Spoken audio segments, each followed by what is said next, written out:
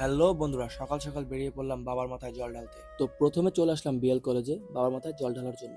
তো হাঁটতে হাঁটতে আমরা মন্দির প্রাঙ্গণে চলে এসেছি। মন্দিরে ঢোকার সঙ্গে সঙ্গে দেখতে পাচ্ছি বাবার মাথায় জল ঢালার পর্ব শুরু হয়ে গেছে।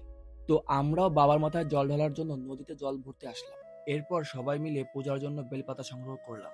এরপর দুর্বাঘাস তুলে মনে পড়লো ঘরের ছিকে বাঁধা হয়নি। তারপর সোজা চলে গেলাম ঘরের ছিকে বাঁধতে। তারপর সোজা চলে গেলাম বাবার মাথায় জল ঢালার জন্য। বিএল কলেজে জল ঢেলে আমরা রওনা দিলাম খুলনার উদ্দেশ্যে। তো রাস্তায় হাঁটতে হাঁটতে প্রকৃতির এই সুন্দর দৃশ্য চোখে পড়লো। এরপর আমরা চলে আসলাম নেভাল কমান্ড খুলনার সামনে। এরপর আমরা দেখতে দেখতে খুলনা 5 নম্বর ঘাটের সামনে চলে আসলাম। কিছুক্ষণ 7 নম্বর ঘাটে দাঁড়িয়ে প্রকৃতির সৌন্দর্য উপভোগ করলাম। আর অবশেষে আমরা আমাদের গন্তব্যস্থলে পৌঁছে গেছি। ঢুকেই দেখলাম এখানে বিভিন্ন ধরনের দোকানপাট বসেছে। একটু আগে গিয়ে দেখি ভক্তবৃন্দরা বিশ্রাম করছে। এই সেই সুপ্রাচীন জোড়াশিব মন্দির, যেখানে বছরের পর বছর ধরে মহাদেবের পূজা হয়ে আসছে। এরপর আমি গর্ভগৃহে ঢুকলাম মহাদেবের মাথায় জল ঢালতে। তারপর দ্বিতীয় গর্ভগৃহে জল ঢালার জন্য আমরা লাইনে দাঁড়ালাম। অবশেষে আমরা বাবার মাথায় জল ঢালা সম্পূর্ণ করে জল খেয়ে আমাদের উপোস ভাঙলাম। তারপরে বিখ্যাত বরফকল দেখে একটু খাওয়া দাওয়া শেষ করে বাড়ি ফিরে আসলাম।